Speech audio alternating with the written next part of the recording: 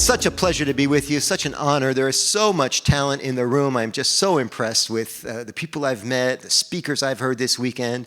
And it's what I'm going to do for you now, I think, what I'm going to try to do is summarize some of the high points of what's happened this weekend as I present to you some fresh content on perhaps the most valuable lesson of the weekend. I know you got technical advice this weekend. I know you got professional advice. I know you got consulting. Donald was helping you with succession planning.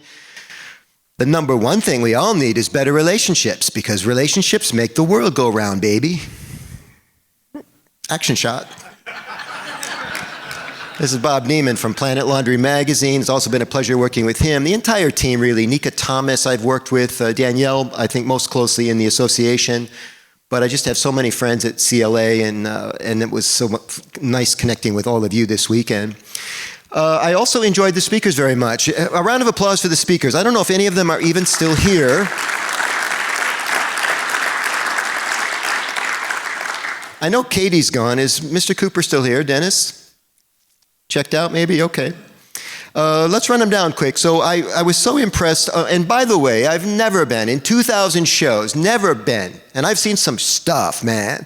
I have never been at a show that talked about underwear so much. And I feel bad. I've never broken my underwear, so I'm less than Cady.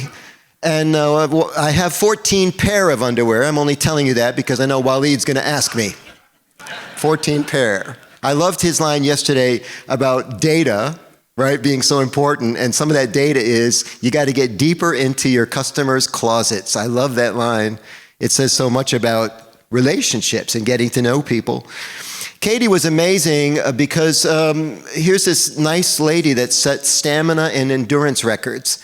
And she was so gentle about how she talked about being one of the toughest things you can be, which is an astronaut. I don't know if you have an idea of how smart you have to be an astronaut. You got to know a lot about a lot of topics. And she was just such an impressive woman. I enjoyed Mr. Cooper's program very much. He's not only a cancer survivor, ladies and gentlemen, he's a survivor in the speaking business, which may be more difficult. He's 81 years old. You see how he was getting around? And he was stepping so close to the edge of the stage, I was nervous for him. Like, better people than him have fallen off stages. Steven Tyler. Steven Tyler's fallen off the stage multiple times, I think. Alpena was fabulous yesterday. Another person who's broken through in her business. What a role model for all of us to think outside the box and do things that people have never done before. To be the youngest, to be a female, to be a cultural icon like she is. I just found it so inspirational. We also have talent baked into the industry. Dave Menz is here today. I had Dave on my podcast many, many months ago, maybe during COVID. Dave and Waleed, they're marketing geniuses, right? And you may not, and this, I say this with all respect, you may not like their style because marketing is very subjective. You may not like my style today, but that's not the point. The point is we have figured it out to some extent, and there's something that can be learned from that. You don't want to become the next Dave Menz or Waleed Cope or Michael Caruso. You want to be the best company that you can be, and trust me, and the best person you can be, and trust me when I tell you there is room to grow. And I'm going to help you with that in my talk. I'm going to give you practical solutions for making that happen. So, clean laundry, the Coin Laundry Association is a proponent of clean laundry, and I've met nothing but what I call clean people this weekend. People that burn clean energy. It is very, very inspiring. So, we've heard this come up many, many times this weekend. I'm going to say it in a way that's perhaps more succinct. I mean, I see some of you getting ready to write some stuff down. This is maybe the most important thing you write down today from my talk, which is, there is no growth in the comfort zone. We've heard it, people talk about this over and over this weekend in their own words. There is no growth in the comfort zone. The problem is, in the comfort zone, it feels good. Cooper talked about this 5 or 6 times during the succession talk. He says, you know, you're safe for it, right? You're in it now, and it feels good, right? And if you haven't done it the problem is, if you haven't made a change in a year, you're going to float the next year because you didn't have to do it in the first year. And then 5 years on, it's going to be really hard to talk yourself into making that change because you've survived 5 years without it. And so we have to figure out a way to be in this constant state of change. And my favorite people are comfortable being a little uncomfortable. I got a taste of my own medicine last fall when I lucked into 2 TED Talks. I say I lucked into them because I never applied. I got invited to do 2 TED Talks within 10 days of each other. And I'm going to tell you something. They're online. They're on YouTube. It's not my best work. And it hurt my feelings that I had waited so long to do a TED Talk and it wasn't my best work. But the circumstances of those 2 talks put me in a place that I was uncomfortable with. And I could have changed the rules. I could have said, I don't want to do it. I don't want to do it this way. I'm going to pass on the second one because I don't think I can prepare for the first one. But I didn't. And I put myself out there. And in some ways, I wish I maybe would have not accepted the second talk. Well, you know, truth be told, if you get invited to do 2 TED Talks, man, you're going to say yes to both of them. And I did. So what I'm trying to tell you, I guess, in my own little way is let's get to a place where we're comfortable at least thinking about this, and then at least talking about it, and then maybe we can do it. Renee and I were watching, and my fiance is here. You've been so nice to her as an outsider. Renee Pothidis is here this morning. Please say hi to her. She's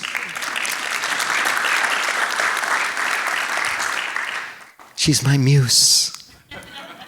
And we watch some TV together sometimes, and we were watching a show the other day that was, they were tagging these little tiger sharks.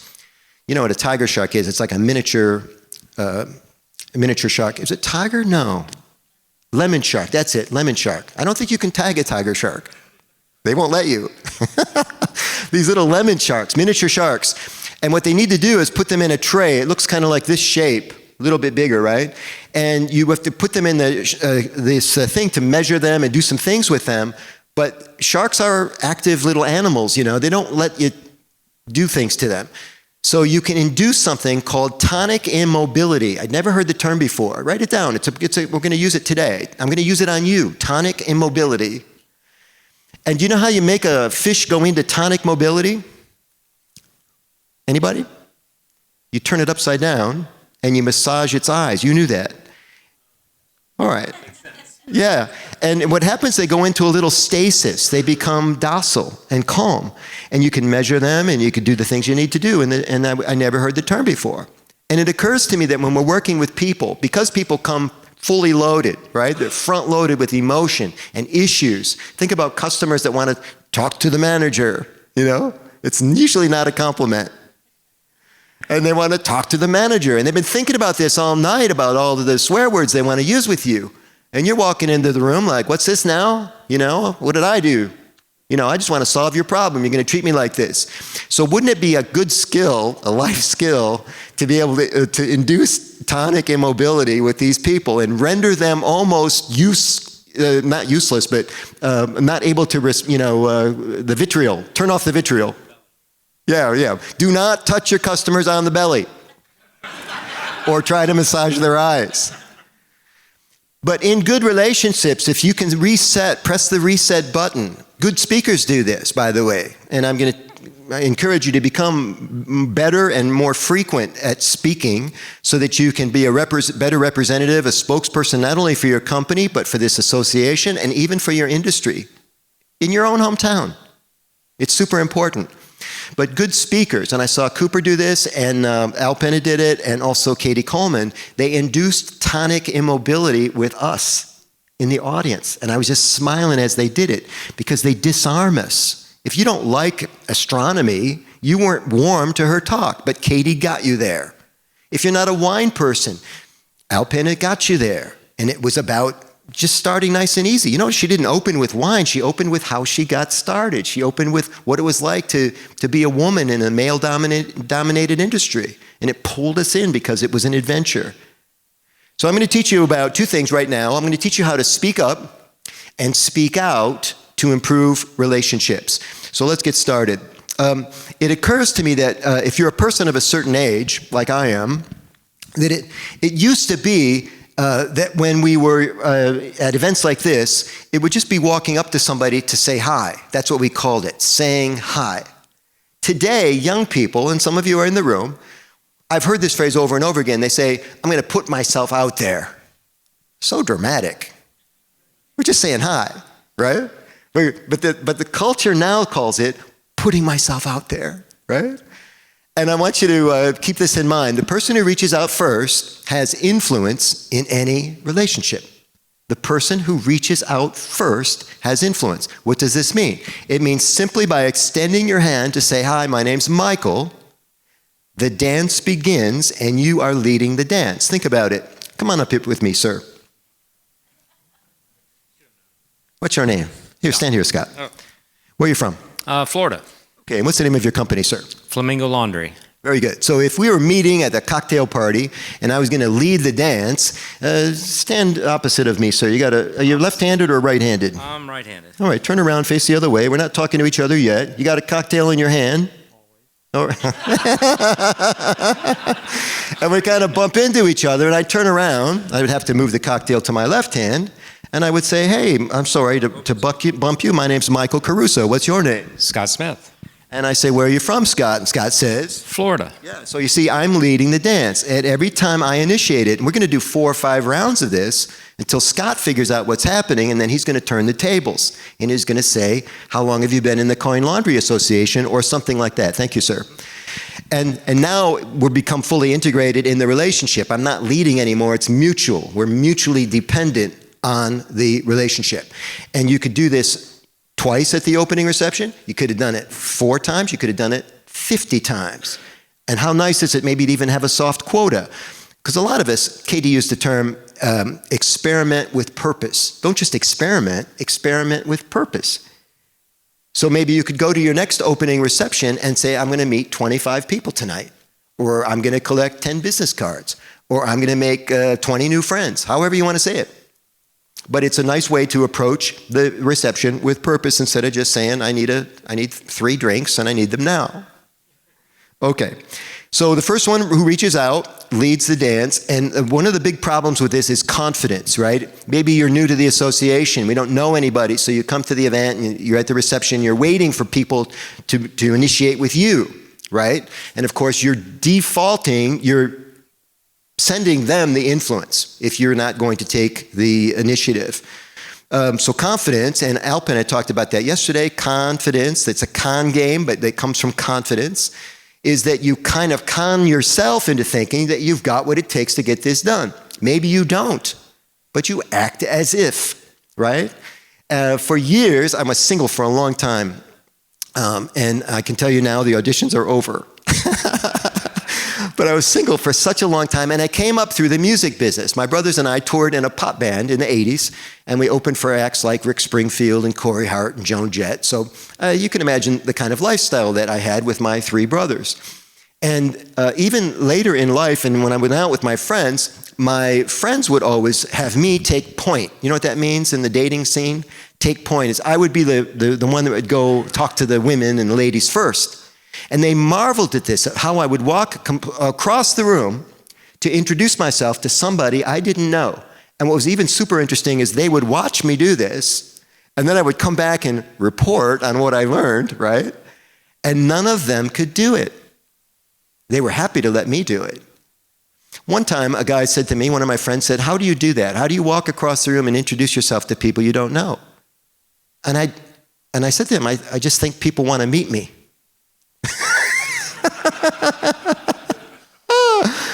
And I'm right, they do.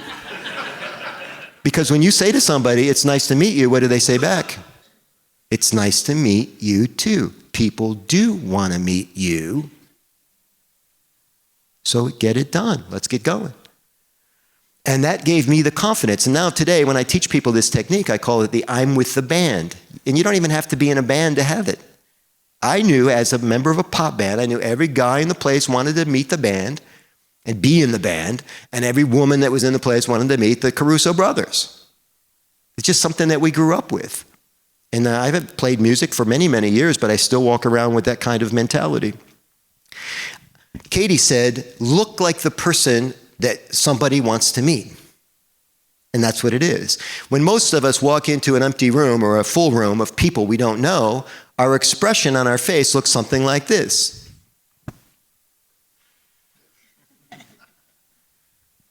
And it's behavioral psychologists call a neutral expression or a resting face, right? It's the same face that you'll have in your casket. And you wonder why you don't meet more people. You look like a dead person. But the mind game, the con, is that you convince yourself you're all that. When you walk through the door, you have a little smile on your face, and it's not hard. I want you to do it with me right now. I want you to not smile with your teeth, but I want you to just turn up the corners of your mouth and squint a little bit and nod just a little bit like this with me, like you know something I don't know. Go ahead. And that's the look you want to have when you walk into every room. And soon you will own the room. It's that simple. And people will want to meet you because we are attracted to power. We are attracted to people who are what Abraham Maslow called self-actualized. They get it, you know? And it's interesting today because we teach people in school and in church not to judge, but there's an awful lot of judgment going on, right? I mean, the society is predicated on judgment. Please tell me you know that. Like the most popular TV shows are all contests, judgment contests. The American judicial system is about judgment. We're judging all the time. You can't stop people from judging. What you can change is how they perceive you by two sets of signals, what you say and what you do. And that alone can set the tone for the relationship. Why don't we do this stuff? The easy answer is things are moving fast. We get other things in our mind and we focus on other things and we stop thinking about developing in this way. But I'm going to remind you of these techniques today. Another reason that we don't do this stuff is something called the Bystander Effect. I took one of those classes that you take to save people's lives. What's that called? CPR. I always forget how it's spelled. The CPR class. And one of the things they said was that when somebody drops in a restaurant clutching their throat, everybody in the restaurant goes apoplectic, for the most part, because somebody in the restaurant that's going to take action. There must be a doctor in the restaurant. There must be a nurse in the restaurant, somebody who knows CPR. I'm going to let them take point. Meanwhile, the person's bleeding out, choking, whatever's happening. That person is you. It can be you. I suggest taking the CPR class first. Okay. When you're at these receptions and you're trying to improve relationships, I mean, please tell me you flew halfway across the country so that you could improve your business deals and get better bargains from your vendors and get killer ideas that you could take back and, you know, with people. And that means you got to get to the stuff sooner. Most of us don't feel under pressure at cocktail receptions, but there is a certain kind of pressure working against you. What's it called? Time. It's exactly right. It's the clock. You only have so many minutes to get this done. And the same thing with all of these meals, the minutes. There were a certain number of minutes you had to create killer relationships at this event. And if you squandered them, it was at your own peril. So let's continue to talk more about how to make the most of it. One technique for this confidence and eliminating the bystander effect is called the art of interruption. So when we're at these events, what happens is because mommy told us so many times when we were kids, do not interrupt, do not interrupt. It's in our brainstem. And we walk into a reception, as an example, and everybody seems like they already know each other. How many of you got that impression that more people knew everybody, but maybe you didn't know as many people at the opening night? And what happens is if you learn the art of interruption, you just play right over it. And it turns out a lot of these people who are making small talk at receptions, they want to be interrupted. They can't wait to get away from the person they're talking to. How many of you had that feeling this week? I can't wait to get away from this person, right? And so the technique is don't overthink it. It's not that hard. You just say, excuse me, I'd like to say hi before we start dinner. This is our only chance to say hi. And everybody will look up at first, shocked that anybody interrupted because nobody does this. And then the next thing they do is say, oh, hi, how are you? And you reach out your hand. My name's Michael. My name's Michael. If there's 5 people in the stand-up, right? And you work your way around. And before you know it, you're back into the conversation, and now you are part of that circle. It's that easy. How about a quick technique for extricating yourself from the people that you'd like to get away from? Does anybody have a favorite line? That's a good one. Always works. I have to use the restroom. What are they going to say? No, you don't. They're going to let you go. I have fun with this because I like to use humor. I might even have a full drink and I say, well, I'm going to get another drink. Would you like one? And they never say, well, you've got a full drink, Michael. Why do you need to leave? They never say it. But you'd be surprised, because they're probably done with you too, right? It's time to move on. So it's so fun to do this kind of thing. So there are tricks for managing that time and getting the relationship started. I wanted to do a quick demo of something called the art of the compliment. Raise your hand if you have a birthday this month. Raise your hand if your birthday is in the month of May. Anybody? Just Dave? Is that the only person? Okay, raise your hand. Oh, yes, thank you, sir. Raise your hand if your birthday is in June, coming up. Excellent. So stand up, everybody. June or May, stand up so I can get eyes on you. How many do we have? 2, 4. I need 6 of you to come up. Would you please come up? I need you. And any other, first 5 to come up. 6 people, please. Come on up. Here we go, Waleed. We're gonna record this if you don't mind. Hi. You can just line up here. That'd be great. Thank you very much. Just need 6. First 6. Now you start seeing people slowing down their roll. Thank you very much. Can we turn the lights up, Scott, and get a good look at what's happening here? Excellent. Look at these people. They're connecting already. Okay, I want you to use this stuff, but not till I'm done talking. What's your name and where are you from? Adelea, and I'm from North Carolina. Excellent. What's the name of your company? Mountain Electronics. Thank you very much. Sir? My name is Howard Pector. I'm from Thousand Oaks, and the name of our business is Clean Threads Laundry. We're glad you're here. Jim Caldwell, Ventura, and it's Olas Express Laundromat. Glad you're here, sir. Luke Williford, North Carolina. I detect an accent. A little southern. I'm not from Jersey. he goes, I'm a little southern. Okay. My name's Lee, and I'm from the United Kingdom. Another accent. I'm Pablo Marvel from New York. Very good. We have people here from all over the world. It's lovely. So I want to do something. Did you prank me? Yeah, I was born and raised in Windsor, but Windsor, North Carolina, on the East Coast. Give me the Britain thing again. What do you want to know? Push that way a little bit. Push that way a little bit. I'm going to stand in between. All right, here we're going to have some fun now. So I want to talk to you about the art of the compliment. Here's how it works. We've stopped giving compliments to each other for various reasons. Now, compliments are like the elixir, right? They're like the lubricant that makes the relationship take off. And when you pay homage to somebody about something they care about, it's like fast-tracking the relationship. It speeds up time. It's a beautiful thing, but we stopped giving compliments for various reasons. Physical compliments can be misinterpreted. Men can be creepy. I met a woman at the reception that was a little creepy at this event. It happens. It's okay. There are also 2 types of compliments. No, it wasn't her. No. You were great. All the ladies now. Was it me? Was it? There's not that many of them. I know. So, 2 types of compliments. They're called outside compliments or inside compliments. Outside compliments are based on what you see from the other person. So you see it, and then you say it. Outside compliments, examples. That color looks great on you. I love your smile. Another good one. Another one. I love your tan. You must have been on vacation or you've been someplace. Where have you been? Right? So these, you see it, and then you say it. Lovely. The second type of compliment are even more valuable. They're called inside compliments, right? Now, these are based on things that you cannot see, like what? Anybody? Say it. Character. What else? Underwear. Their underwear. Yours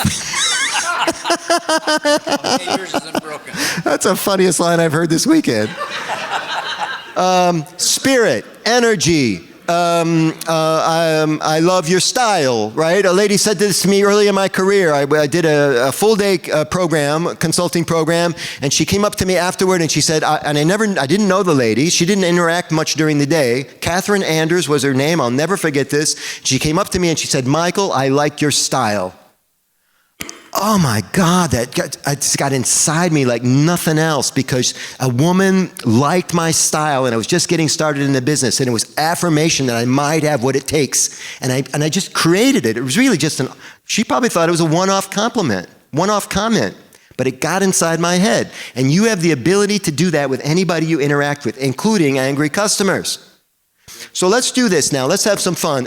We're going to exchange compliments. We're going to do 2 rounds. Let's see how we do it. Let's start with a shallow compliment. They're called shallow outside compliments. It will be something that you see in the other person. Something that you see, and you'll be meeting, and I'll hold the microphone. It'll be like you're at a little thing, and you're saying hello to each other. So Jim, why don't we move closer, guys? And Jim, you can start. Geez, that's a great looking shirt. Pink looks good on you. You too, Jim. I like your giddy up. Okay, we have no idea what that means. That's the whole package. You like the whole package, Yeah. not just a shirt, but his general ensemble. Okay, very good. Thank you, gentlemen. You can sit down. Nice job. You'll notice that make it a little bit more organic. You might want to say hello first and exchange a little thing. You know, my name is such and such, where you're from, and then you do the compliment, and then it seems like a little bit more organic.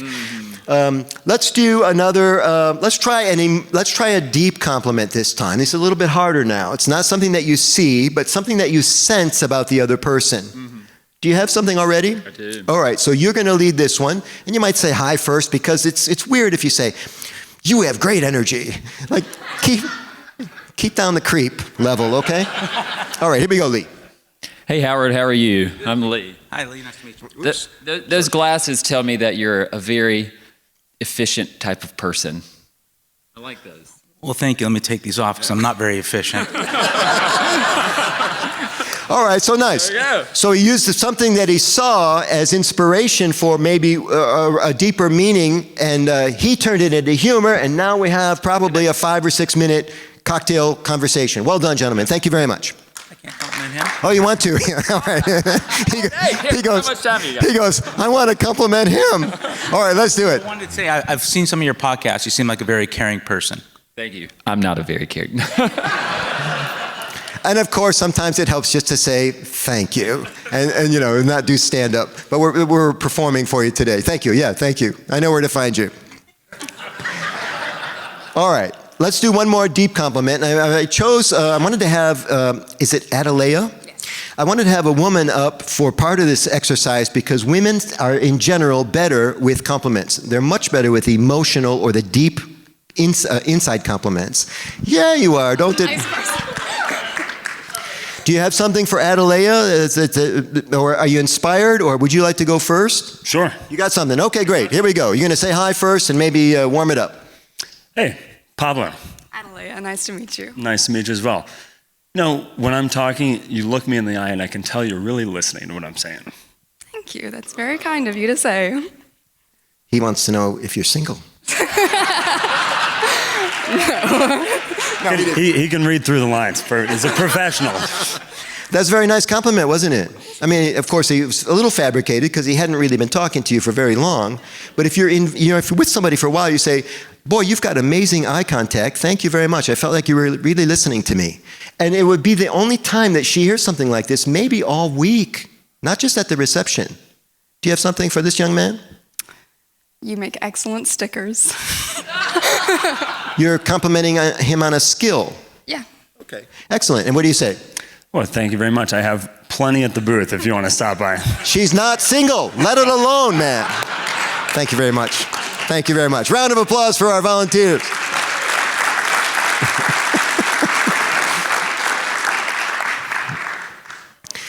We practice it as a demo because I want you to see what happens in like a laboratory. It's an experiment just to see what happens up here. And you'll be experimenting if you should try this at your next opportunity. So excellent. Little success story of my own. And by the way, you can use these techniques online as well, right? One great way to build relationships, because texting, we lose a lot in texting. We lose tone, we lose humor, we lose nuance in texting. How many of you use voice texts? Anybody? Yeah, they're the bomb, man. Now, don't make them too long or it might as well be a voicemail. It's got to be quick in and out.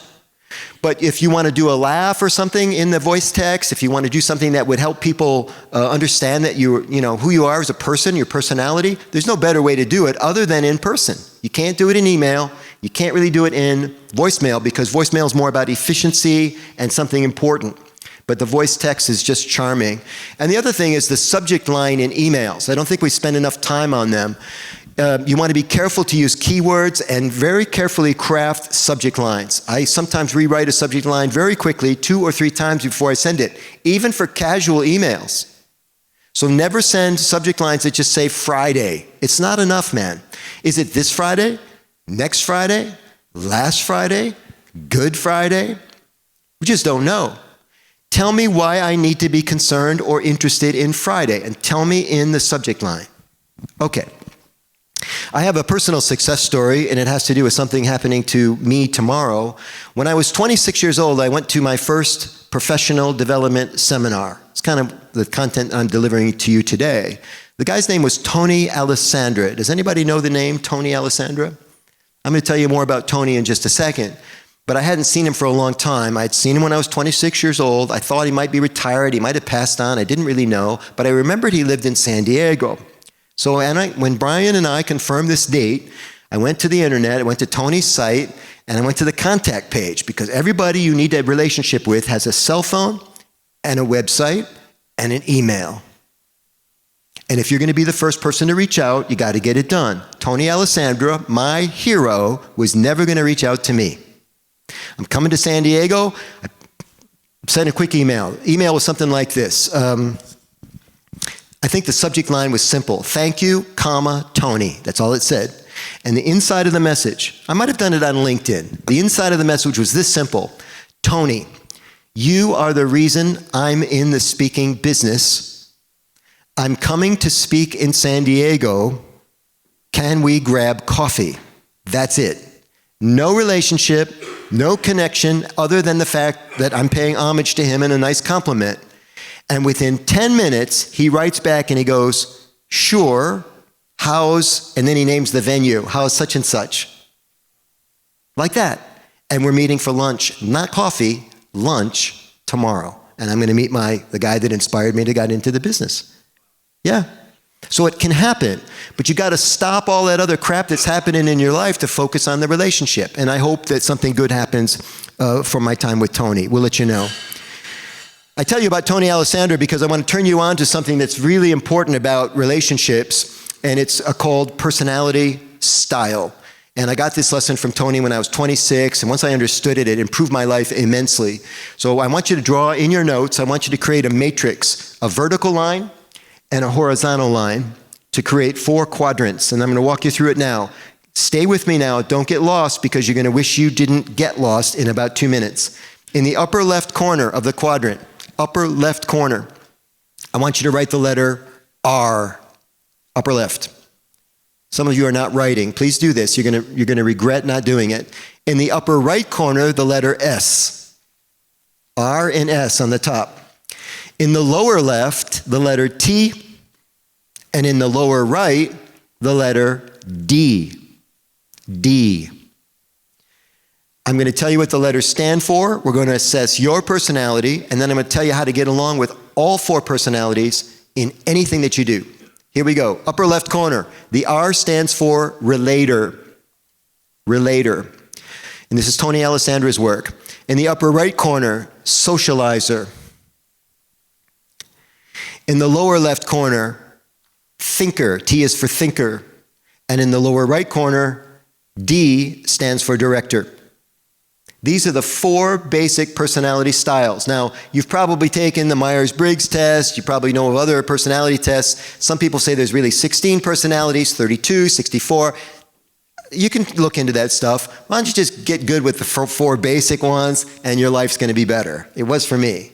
So I'm going to talk to you about the plus and the minus for all 4 styles. Then we're going to talk about who you are, and then I'm going to tell you how to get along with all 4 styles. Here we go. Relators, plus and minus, upper left. The good thing about relators is they are pleasers. They love to make you happy, relators. The downside to relators is they're not good with conflict, so they avoid it. And there's penalty for that. There's penalty for avoiding conflict all the time. Upper left. Upper right, socializers, plus and minus. Socializers love to have fun. What's wrong with that? The downside to socializers is they joke around so much that some people don't take them seriously. They're super smart, but you don't get credit for being smart. You get credit for being funny, which isn't nearly as valuable in the business world, right? Socializer in the upper right. In the lower left, thinkers. The plus for thinkers, they are the best decision makers on your team. They make you crazy because they take so long to make a decision. They have a very high threshold for analytical processing. And they make you crazy, but they make the best decisions. And then finally, in the lower right corner, the plus and minus for the director, directors love two things that are awarded in business: efficiency and productivity. Efficiency and productivity. The downside to directors, the negative, is that they achieve those two things at the expense of their greatest resource, which is what? Other people, like their team. So you'll see the director when you go into work at 8 o'clock in the morning, you see the director in the parking lot, and the director doesn't say, "How was your weekend?" He says, "Do you have that project ready for me?" It's not that he doesn't care about your weekend, it's that he cares about the project more. He can come across cold or indifferent or even cruel. It's not who he is as a person. He wants you to be successful. Now, just for giggles, because you got to know each other this weekend, some of you have known each other a long time, this week, raise your hand if you think you might be a relator. Keep them up, and raise your hands. Tell you what, stand up so we can see you. Stand up.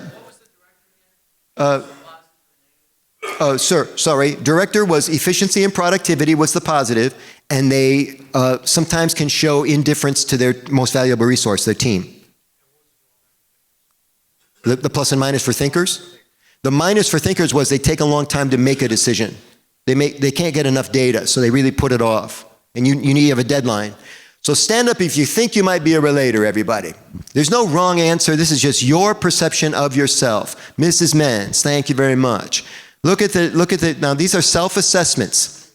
So these are people who they like to make you happy. They like to build bridges. They're people. Great skill to have. Thank you very much. Please sit down. Please stand up if you think you might be a socializer. Oh, sorry, question, Dave? Well, it's possible. I'm asking you to decide on one just for the sake of conversation. The other question I get, Dave, is people will say, what if I'm more than one personality? Well, there are people with multiple personalities. Congratulations if that's you. Please stand up if you think you might be a socializer. You love to have fun. The favorite part of this thing for you is the meals and the reception. Brian, no kidding. Stand up, Brian. We had time together last night. Clearly a socializer. Thank you, sir. All right, not bad. All right, thank you very much. Please sit down. Now, this is interesting. Stand up if you think you might be a thinker. Because thinkers wouldn't feel like a thinker. They would think they were a thinker, right? Stand up. Danielle, thank you. Look at this. You know these people. Dave, that surprises me that you defaulted to thinker, but good on you. That's fine. All right, very good. And Brian, you're standing up as a thinker? Very good. I enjoy our relationship so much. Okay, sit down, everybody. And then finally, if you think you might be a director, it's not a bad thing. Efficiency and productivity is your thing. My fiance is a director. All right. Very good. And Nika Thomas from Planet Laundry Magazine, director, makes things happen, sales for the magazine. Thanks, everybody. Joel Jorgensen, the director, right? What's your title, Joel? Vice President. And you know, director's the only one, I took a shot there, directors are the only ones who have their personality style on their business card. Director.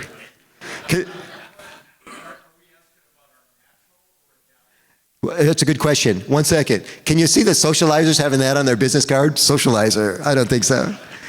It's a great question, and I'll use this as an example. We have some female and mothers in the room. Can you be a director at work and a relator at home, mommies?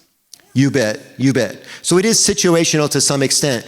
Also with time, Joel, I used to be a director. I used to be an angry young man. I knew all the answers. And I realize now there's too much pressure. I'm a fun person. I'm a socializer, and I'm proud of it, right? So you can migrate and move, but here's what I want to tell you. It's not the personality style that makes you most successful in business. It's your adaptability.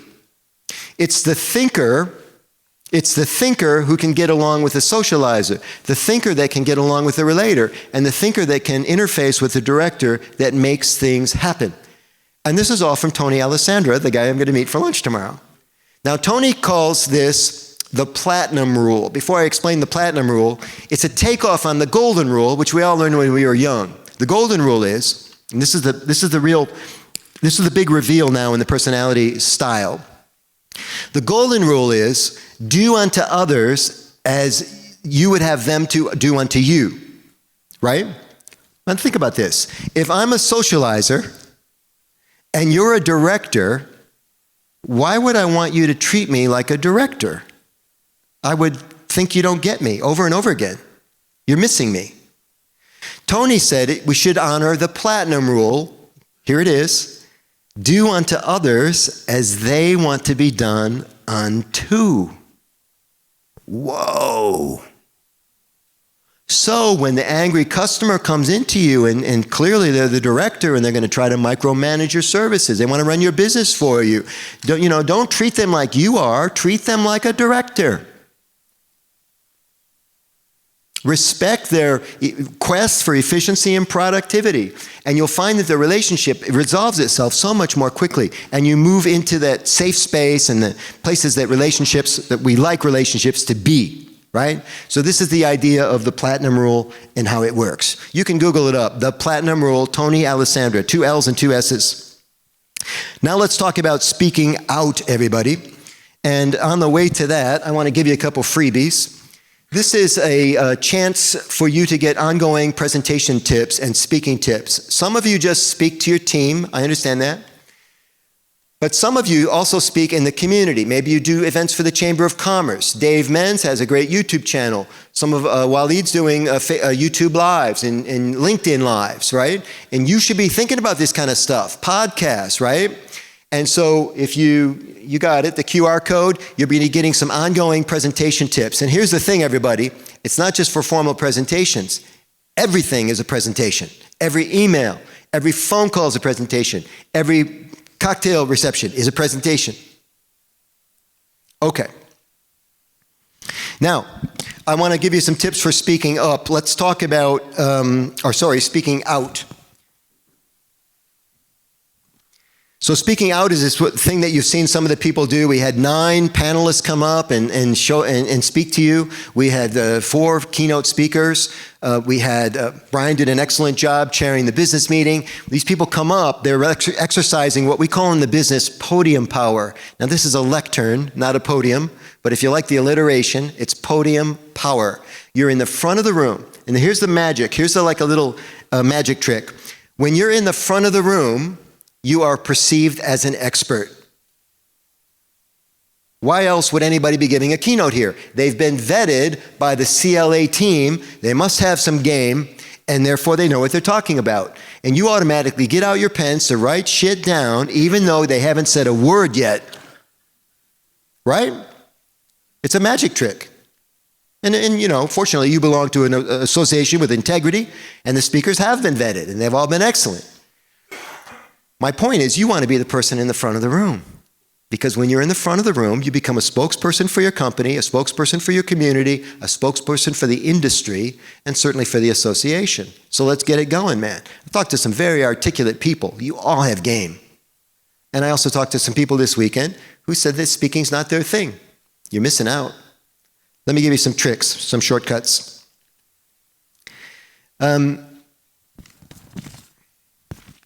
And you can use these techniques whenever you are out and about. So one thing is, I would never come to another event like this, ever. Brian's going to cringe, without volunteering to speak. Now, what does that mean? Maybe it's not a keynote slot, but maybe he needs more panelists, so you're going to come up as a panel. Maybe he needs some other things run, like somebody's going to greet everybody and do a toast at one of the receptions. He's cringing if he's going to get too many offers for this because he's going to have to tell some people no, but he's going to secretly love it because you're taking interest in participating in his event, which he desperately needed 4 weeks ago when he was looking for all hands on deck. So volunteer for all the events you go to. Every Chamber of Commerce thing. How can I provide some content for your people? Chambers are obligated to provide good content for their membership. The gig won't pay, but that's not the point. You become a point person in your community, and it raises the profile of your business. Okay. Let's apply what we've learned so far to customer service and selling, and we'll get into a quick wrap up.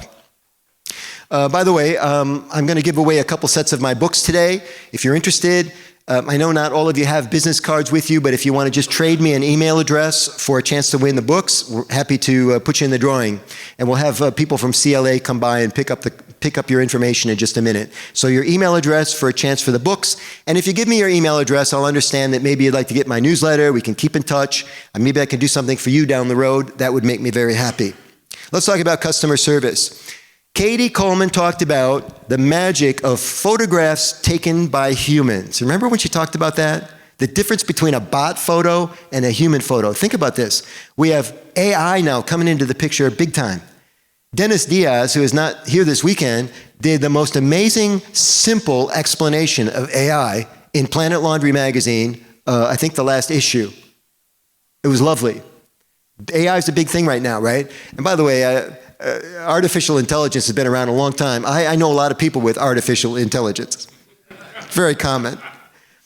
But you want customer service that's delivered by human beings. All this thrust toward automation, you need the customer service to be rendered by human beings, or at least feel like it's rendered by human beings. So, want to make sure that your team, your staff is trained up on the things that I'm talking about right now. If I can help you in a Zoom webinar or however we get this done, let's do it.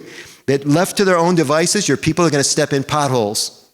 And they do it all week long, and it becomes a big, hairy problem on your desk. Let's train them up so they step in fewer potholes and you have time to do other things. Another technique I like to use in customer service is the old Colombo technique. It's called ask one more question. In sales parlance, it is called the doorknob close. You remember Colombo, the Peter Falk character, the rumpled raincoat and the stogie? And I don't do impersonations, but Colombo used to say, excuse me. He'd say, excuse me. He's on his way out and he handed on the doorknob. He turns around and he goes, excuse me, just one more question. And it's the question that breaks the case, remember? And so when he turns, the reason that timing is important is because when you're on the way out the door, the customer, their resistance is down. It's over. The sales push is over, the pitch. So you turn around, their resistance is low, and you say, just one more question. Now in sales, it could be, if I can do, I'm not saying I can, but if I can do something about the price, do we have a deal? And the guy goes, well, yeah. And that's the closest he got to a yes the whole meeting, right? So it's pretty good. But the reason you would do it in customer service to ask one more question is you just keep asking questions to Waleed's point earlier, to get inside their head and get access to that intellectual property, their database. How much clothing do they have? What kind of clothing are you not getting from them yet? That's what you want to know. Salespeople all the time ask, what part of your budget am I not getting yet? But what type of information am I not getting from you yet? And you just keep asking questions. And if you had a chance to visit me with this weekend, I out-questioned you 5-1 most of the time. Because I'm in the habit of it now. You do not want to sit next to me on airplanes. I'm just kidding. If you don't want to talk to me, I'll pick up that signal. But if you do sit next to me, I'm going to ask you a few questions. I'll even ask you, do you mind if I ask you a few questions? You go, oh, yeah, okay. That was a question, right? Okay. I want to show you this gimme. I think we're going to skip that one and give you this one. This is a chance, if you like my style and you like to learn in short bursts, if you like to share this type of content with your team, because I know some of you are thinking about your team members as we talk about relationships, is get hooked up with my YouTube channel. I add several videos a week. If you subscribe, you're part of the subscription, but if you click the silver bell, you'll be notified of new videos. So short bursts, you share them at your staff meetings, share them in emails with your clients or partners. It's great. Let's talk about selling now. How many of you are in sales of any kind? I would think everybody in the room. You're selling to your customers if you own a store. If you're a distributor or a manufacturer, you're selling. Everybody. So let's close with some of these ideas, then we'll do some Q&A and get you out of here right on time. So in selling, everybody focuses on closing. If you Google it, it's a million to one on Google. Everything's about closing. I would argue that opening a sale is more important than closing. Why? Because if you have call reluctance or you're not good at shaking the bushes, you're not going to get the opportunity to close. It's the ability to knock on doors, to be that point person that I talked about earlier. That's where the real value is in a salesperson. Almost anybody can close somebody that needs to buy something. But how good are you at actually uncovering the opportunities? That's important. So I think about it like golf, everybody. There are 3 parts to golf. What are they? Number 1, the beer. Thank you. Like I said, there were 4 parts to golf. The first one is the beer. What's the second one? The drive. Second one is the what? The third one? The approach, which is the chip. And the third one is putting. Now, of course, all the amateurs think that the drive's the big thing because that's the one that's most violent, that's the one that's most vivid, right? You're going to hit that ball a ton, right? But any professional, anybody that knows golf will tell you the most important part of golf is what? Putting, absolutely 100%. So again, the focus there is on the close, but what if we could focus on the opening? What if we could focus on getting that relationship built big time fast? Now, one technique for this is what I call front-loading the touches. Front-loading the touches. So raise your hand if I'm connected to you on LinkedIn that you know of. I've probably reached out to you on LinkedIn. You don't even know it yet. So if I'm connected with you on LinkedIn, and Joel and I have had several exchanges through the years, we have really, I've done some work for his company, but I don't think I work directly with you. But Joel and I are LinkedIn buddies. And I hope we get to do more directly together. But my point is that I've touched Joel and he's touched me, right, many, many times early in the relationship. And I have a level of respect for him and trust for him. When he came up to greet me before the first opening session up at the front of the room, I felt like I was meeting an old friend. We haven't been in the room in a personal conversation for more than 10 minutes at a time, ever. But I have that relationship with him because I front-loaded the touches, and so did he. You can do this now on social. I worked with a company one time. I was doing visits because we wanted to see what the salespeople were doing in the field. So I rode along with the salesperson, and I was all talking about front-loading the touches and all these techniques. And I go, he goes, well, this is an hour and 10-minute drive across town to go meet with the client. And I said, great. And he said, I just hope you'll take my meeting.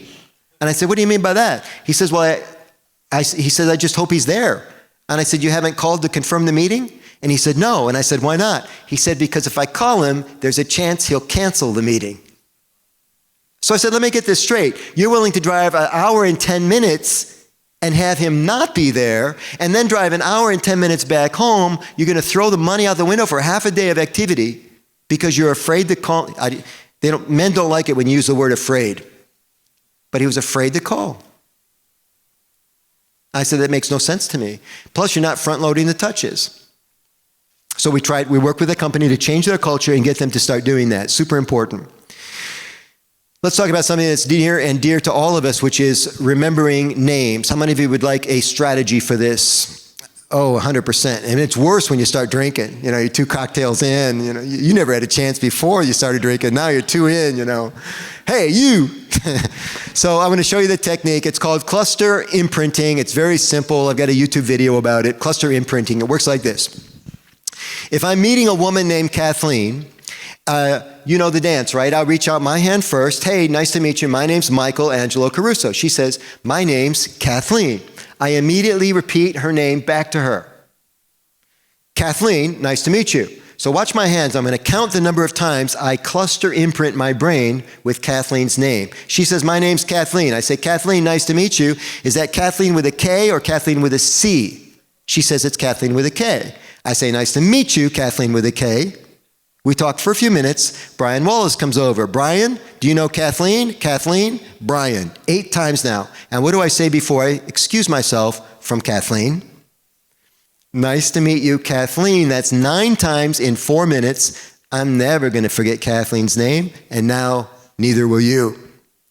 That's the technique. And my favorite part is it's completely transparent to her. She just thinks I'm having fun, but I'm remembering her name. What's Kathleen's most important word? What word does she respond to more than any word in the English language? Nope, the word discount. And then the second word's Kathleen. And then finally, and then we'll do some Q&A. Let's collect the cards, Danielle. You got some people to help you with this? If you've got an email you want to share with me, and we'll get you in line for the books. Thank you. I'll tell you what I'm going to give away, too.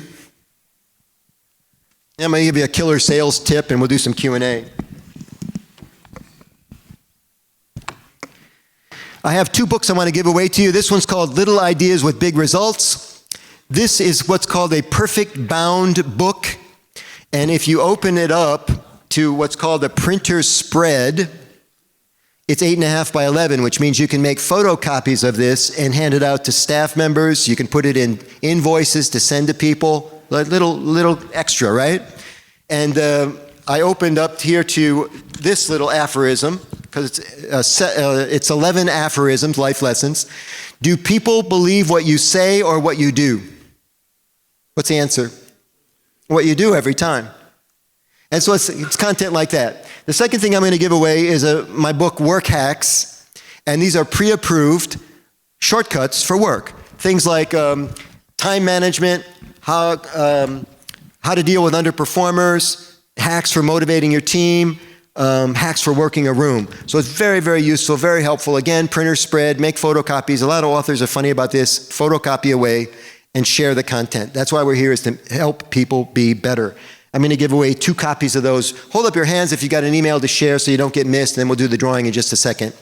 The very last tip I want to give, and then we'll do some Q&A, is this thing called the 10-word close. Is Brendan here from Rotary? My buddy Brendan? Did he leave? I met Brendan at the opening reception. He saw my Rotary pin. He says, "You're with Rotary?" I said, "Yep, I am." And you should look at Rotary in your own town, because it's another nice way to give back to the community. You'll meet some players in the community. This idea of a 10-word close, 10-word close. I'll do it with Rotary, and then we'll do it with business. A 10-word close is elegant. There are 500,000 words in the English language, everybody, and certain words are more persuasive than others. Now, everybody's situation is unique. If Anika and I talked about this, she's selling ads for Planet Laundry magazine. She's a terrific person. She wants your business to be more successful. And when I said to Nika, "You're selling by phone, right, Nika?" She said, "Yeah." I said, "Well, what's your standard close? What language closes people better than anything else?" And we worked through it. You should have a similar close. Now, it may not be 10 words. It might be 8, could be 12. But you should work this out and figure it out so that you can really get people into that tonic immobility and say, "Yeah, man, sign me up." I mentioned Brendan because in Rotary, a Rotarian I once knew had an elegant forward close. F-O-U-R, forward close. And you're going to giggle even if you don't know what Rotary is. It's a service organization, and we're helping kids and disenfranchised people, right? And his forward close was, because we have to do so much with kids, his forward close, he was trying to recruit you to Rotary. He'd say, "Do you like children?" And if the person said no, they were not qualified to join Rotary. If they said yes, he said, "What a coincidence. I belong to an organization that helps kids." And you see how he just moves in, you see? By the way, sometimes he'd have fun. He'd say, "Do you like children?" If they said no, he'd ask again in a louder voice, "You don't like kids?" And everybody would start to look to see who didn't like kids. It was fun to see him work. So do you have a 10-word close for your business? Anybody have something, some bit of language that works especially well? Do you want to make it? And make it is purposely vague. Oh, do you want to be successful in your business? That's a good one. They have to say yes to that in order to be qualified to work with you. Dave? "I'm not here to close you. I'm here to help you." Okay. And then later, of course, if you are going to close them, you say, "Well, you agree that I'm helping you. If I can help you further by having you be a customer for me or a client for me, let's do it. But let's first get you some help." Okay, excellent. 10 words. Can you get there? Let me know if you want help. Questions about anything we talked about today? Yes, sir.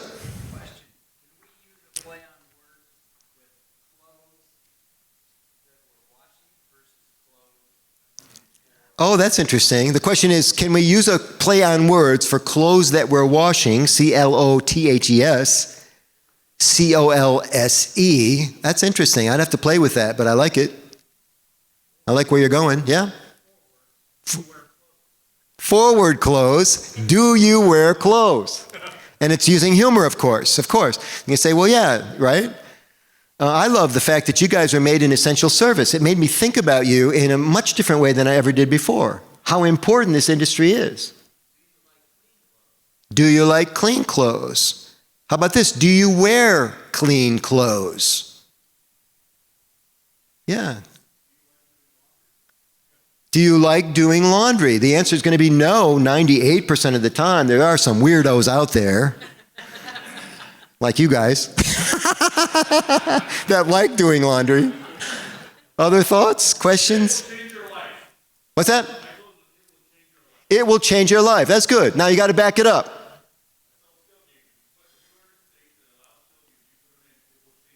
It will change your life. Lots of people using that one for sure. You got to back it up, and it can't be too fantastical. It's got to be something they can grasp fairly quickly. Cooper was taking that approach kind of. He was saying, you got to do this. You can't afford not to do it. It will change your life. And he ran the numbers, trying to propose a real life scenario by using the numbers. Yes, please. It's a no, meaning what you're presenting is a no-brainer. Yeah, it's a no-brainer. Yeah, love it. My 10-word close in the speaking industry, let's see if I get this right. So, mind you, the 10-word close, it comes at the culmination of the sales presentation. So we've already covered a lot of ground before you get to the close. Remember, you know how I feel about a strong opening, for example. So we've already talked, I've learned a lot about them. We've had a lot of what are called, in the sales trade, anchors and trial closes, which are on the way to the real close, right? And so I'll say, when we get to the final thing, I'll say, well, it sounds like I'm the perfect keynote speaker for you. 10 words. It sounds like I'm the perfect keynote speaker for you. And I laugh because my ticket's pretty big now. And I'm like, well, we're a fit. We've confirmed that over and over again in our 25-minute call. It sounds like I'm the perfect keynote speaker for you. And they laugh too, and they go, well, it sounds good. I mean, it's just simple. It's a big ticket, and they go, yeah, okay. Yep. Like the fish that turns over. Yep. Pretty cool. Anything else? I've so enjoyed my time with you, not just speaking. I love to speak. I hope you can tell. I enjoyed being with you this weekend. You guys are heroes, and it became super clear to me during COVID and meeting you and getting to know you. I can tell how passionate you are about what you do, and it makes me very happy to be here with you. Thank you for helping Renee and I feel so comfortable. We really appreciate you.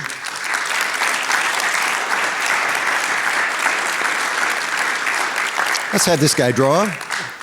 Here we go. Let's give away the books quick. Just dump them on the table, or you can pull out of the box, sir. Close your eyes and draw 2 quick ones, will you? Yep. Danielle, who do you have? Marlena Norris from. Where's Marlena? Come on up, and let's do the second one. Marlena, here she comes. Joe Crichton from Stellar Laundry. Sitting at the same table. How'd that happen? Come on. Can you say those for me, or just give them to Renee? Hi, Marlena. Let's say hi quick. Face the audience and tell us where you're from and the name of your company. Good morning, everybody. I'm from Atlanta, Georgia, and the name of my company is the Laundry Centers. Very good. Thank you very much. Here are 2 of the books, and I'd be happy to sign for you right after the program, okay? Thank you very much. Where are you from, sir? I'm Joe Creighton. I'm from Nashville, Tennessee, so look forward to seeing you guys in October. All right, very good. It's well represented today, aren't we? Hot Atlanta and Nashville. I love it. Is this your real accent, or are you pranking me? No, this is my real accent. Thank you. Here you are, sir. Round of applause for our winners. No.